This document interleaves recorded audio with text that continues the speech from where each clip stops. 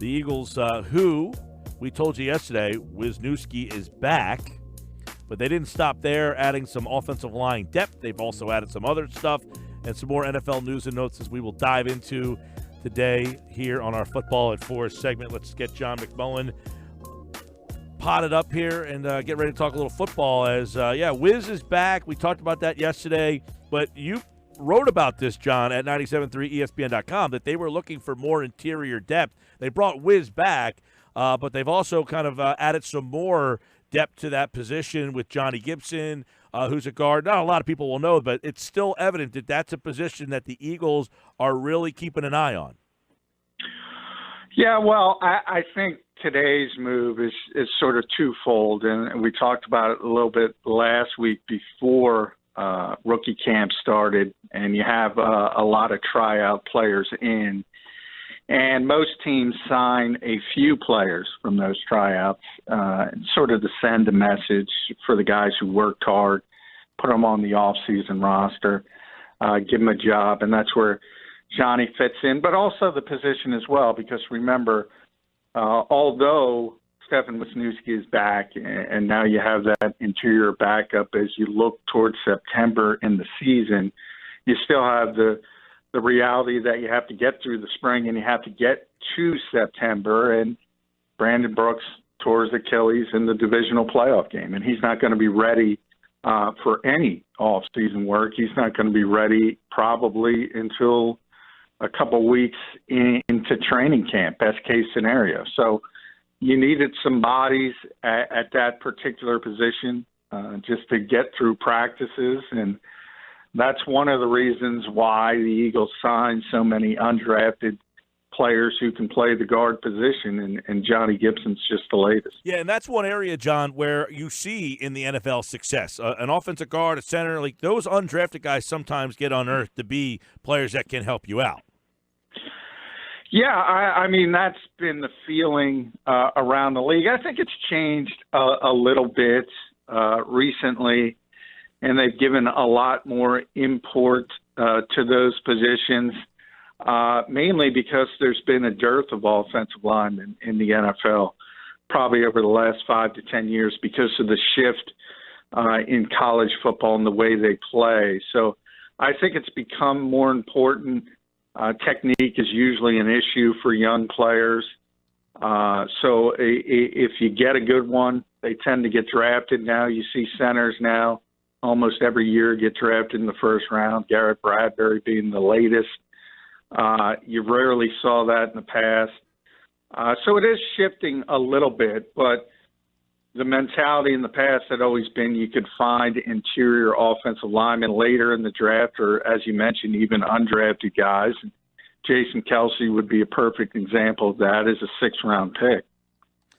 Yeah, John, and obviously tell us a little bit about this Singleton kid, Alex Singleton, as you meant. He was a star player in the Canadian League, and now he's trying to catch on with the Eagles as really a special teamer. Yeah, I mean, he's one of the more interesting players, I think, and when we always talk about surprises, he's a guy I would at least put in the back of your mind because he's got the size. He's 25 years old. He came out of Montana State, obviously a lower level, had a number of tryouts with good defensive coordinators, so you kind of they saw something in him that was a little bit raw. He went to Canada and turned into a star, the best defensive player in that league. He was CFL Defensive Player of the Year, 2-time All-Star, won a Grey Cup. Now he's coming back, and a lot of teams, 5 different teams tried to sign him, and the Eagles won out. And this is a team that needs linebackers. Let's be honest. And they did bring in Zach Brown, so that helps. They did sign L.J. Fort, but these are not star players. So if a guy like Alex Singleton comes in and plays well and got those reps in another league, which coaches always tell you there's no replacement for reps. And the fact that, the CFL is what it is. I'm not going to say he's going to be an all-pro in this league, but there's something to it that if you play, you get better. And I think Singleton might be in that category. And who knows? Yeah, because if that's one position where the Eagles need help at. I was going to ask you, how would you define, like, the CFL is just so odd. Like, you never, like, the best player of the CFL essentially is not good enough to play in the NFL, right? I mean, like, is the league drop-off that big of a talent drop-off? Well, it's a pretty significant drop-off. You're talking about a guy who I don't think there's any question Alex Singleton belongs in this league. You have to find the right spot. You have to find the right system. You have to find a coaching staff that's willing to look. One of the underreported things in this league is the pedigree aspect of it. And when you don't have the first-round pick, second-round pick, third-round pick, draft choice at all, or even if you want to take it far out as undrafted but signed by that particular organization, you have a leg up because you're their guy. And as I said, Alex didn't make it his first try out of college, had looks in Seattle, New England, Minnesota, and then he went up to Canada and became a star. And now he's trying to come back. So you have to overcome a lot of things. And I think if people open their eyes and look at him, like I said, he belongs in this league as bare minimum special teams player. You look at, people aren't going to know this name, but Brian Peters, who's on the Houston Texans, very, very similar path. Played in a small college, went to the CFL, came back to the NFL, turned into one of the better special teams players in the league. I think that could be Alex Singleton, who is better in the CFL than Brian Peters. But you have to find that right spot. Yeah, would you say the CFL is a higher level of play than the AAF was?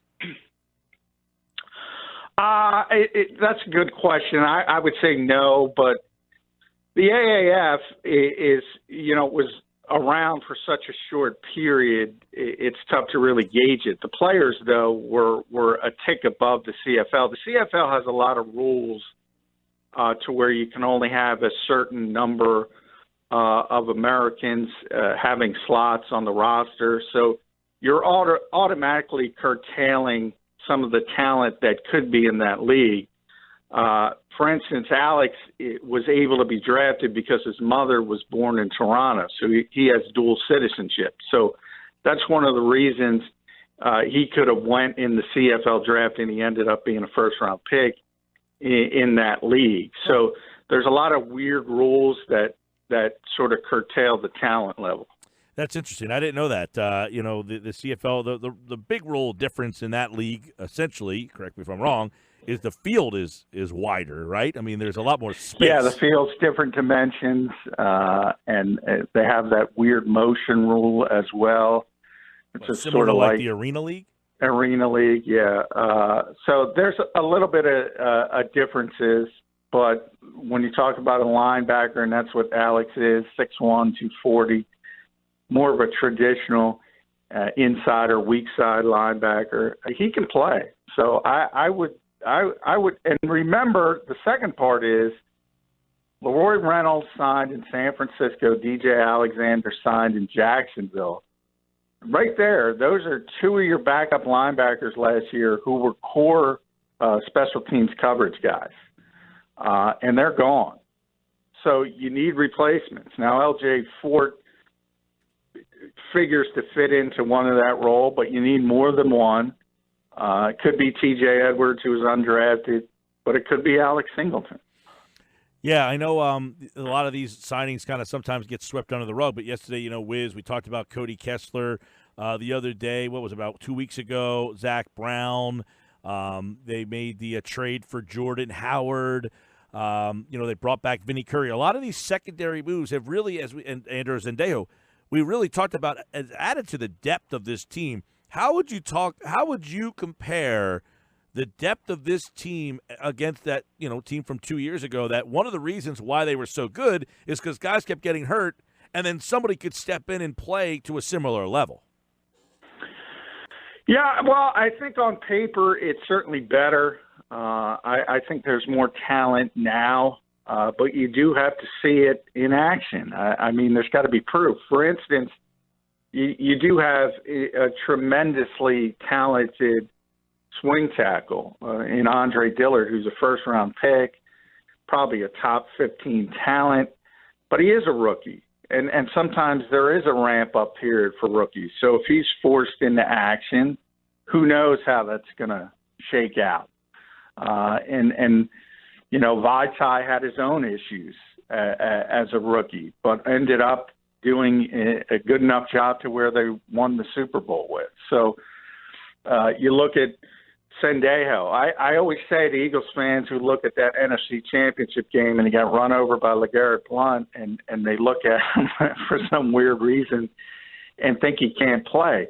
He was a starting safety on a top 5 defense 3 different times. So he can play. In theory, he's better than Corey Graham, who was an aging player in that third safety role. But you have to see how he fits into Jim Schwartz's scheme. He's got to play single high, which he did with the Vikings a lot because Harrison Smith moved around. On paper, it looks good, but you have to see it.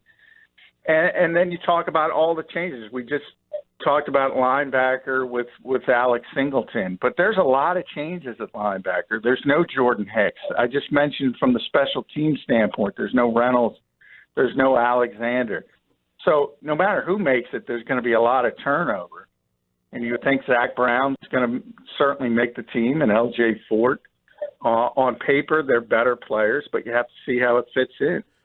Yeah, and I know, linebacker is an interesting spot in terms of where the league is today. You talk about it a lot, that the teams try to get as many secondary guys on the field, and there's sometimes where there's only one guy out there. Now, the linebacker spot today, it is still kind of led by Bradham, right? Do you see him being in a similar role to the guy that we saw last year? Because there is some definitive differences at the linebacker position personnel-wise now. Yeah, no question. I mean, there's only one 3-down linebacker in a lot of cities. Here there's been typically 2, where Jim prefers to play 2 and keep, at the time, Nigel Bradham and Jordan Hicks. But Hicks had so many injury issues, it didn't always work out that way. And he may start to shift now because he does have Malcolm Jenkins, and he does have a veteran who's played a lot in Andrew Sendejo. So he might be willing to go more towards that one linebacker look and put more D-backs on the field. But either or, I mean, if there's going to be 1 or 2 3-down linebackers on this team, the one is Nigel Bradham. He's the unquestioned one that's going to be on the field all the time. And then it matters, can somebody else? I mean, Zach Brown's a 2-down player. He's not going to be on the field in nickel situations. So can Camus Grugier-Hill handle that role? I think a lot of Eagles fans just sort of chalk that up as a given. I don't know why they would do that. It's not a guy who's played a ton. So I think that's to be answered. L.J. Fort was brought in here partially because he had such a good year in Pittsburgh as a coverage linebacker, and he's also a special teams guy as well, but he could be in that mix. Should be that one is something I'm kind of interested in coming up, and then that whole secondary, which we touched a lot on, but Darby back, Mills back. Do you anticipate that those 2 guys will be your full-time starting guys right off the bat, or with the injuries? Is there openings for some of these other names? Do you think there's any possibility that Avonte Maddox is getting full-time rep? You know what I mean? Like Sidney Jones. I think that's another story that's very interesting. I mean, we always talk about starters, and too many people talk about linebackers, we just said, as starters in the traditional 4-3.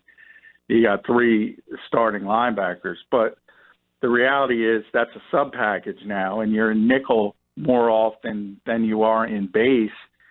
And even dime becomes more and more important in today's modern NFL. So I do expect Avonte Maddox to be a starter I put quotes on that, as the slot corner, and he'll be on the field 60 to 70% of the time. I think the more interesting question is, how do you get Sidney Jones on the field? I hope they don't put him in the slot. I think you saw enough of that last year, and I think you have to be strong enough to say, hey, he's an outside corner. Let's put him outside. Let's see if he can beat out Jalen Mills. And if he does, put him on the field. If he doesn't, you don't just play him to play him. We just talked about pedigree. Avonte Maddox earned, I think, that job with the way he played last season. Yeah, he's a very interesting guy to me. Yeah, he was obviously undersized, and that was the issue coming out of Pitt and why he dropped to the fourth round. But he showed amazing coverage skills, especially for a rookie player, and even outside, when he played outside corner and when he was forced to do so due to injuries. We all know he also moved back to safety, held his own there. So he played three different positions last year and did a really, really good job overall. And as I said, I think he earned at least the right to start training camp as that starting slot corner. Now, if somebody beats him out, whether that's Cre'Von LeBlanc or whether they do put Sidney Jones in there again and give him another opportunity, that's fine. But he's at least earned the right to start with that job and see if somebody can beat him out. And I've said last year, before they even started with Sidney Jones in the slot, he's an outside corner. That's what he is. Yeah, and, one thing for sure is, you got Russell Douglas. He's another guy like that has been here now. These guys are getting into their third year, and it's still a pretty young defensive back there. But you got the older safeties, Malcolm Jenkins. We don't know what kind of Rodney McLeod you're going to get back. Zendaya was an older guy. That's an area, too, where, you're starting to age a little bit there that they really haven't focused on, which, that one is an area where somebody might emerge. You don't know if it's one of these corners that they move there, but do you see a lot of younger players that you're intrigued by to watch once these camps come around at that safety position? Well, one of the issues we talked about yesterday was the depth of this team, and you're right to bring up the age. There is a little bit of question with the age. There isn't a lot of room for surprises, though. Is that a spot, though, that you think they might look at the veteran cuts once we get to training camp? No, I think one of the underrated moves that just recently was the fact that the Eagles brought back Blake Countess. I think he's the fourth safety. He's a really good special teams player. They drafted him in 2016, didn't want to lose him, wanted to bring him back on the practice squad, but the Rams came in with a better offer, and they got him back. So I think he's the young guy sort of at safety, and I think they're going to be happy with that in the role he fits in. So I think it's pretty set, barring injury. We know the six corners, we know the four safeties, and I don't think there's a lot of room for the young guys. I think it's sort of practice squad or bust for them. Sports Best Live, 97.3 ESPN, football at 4. The Eagles with a lot of interesting storylines. We'll take a look at some on the other side of the ball on tomorrow's show, and we got a lot to dive into as the next portion of the mini camps are going to be coming soon. And, all eyes will, of course, someday be on Carson Wentz, and when he is ready to go, we'll keep an eye on that. I think Miles Sanders will be a guy that a lot of people are going to want to keep hearing about.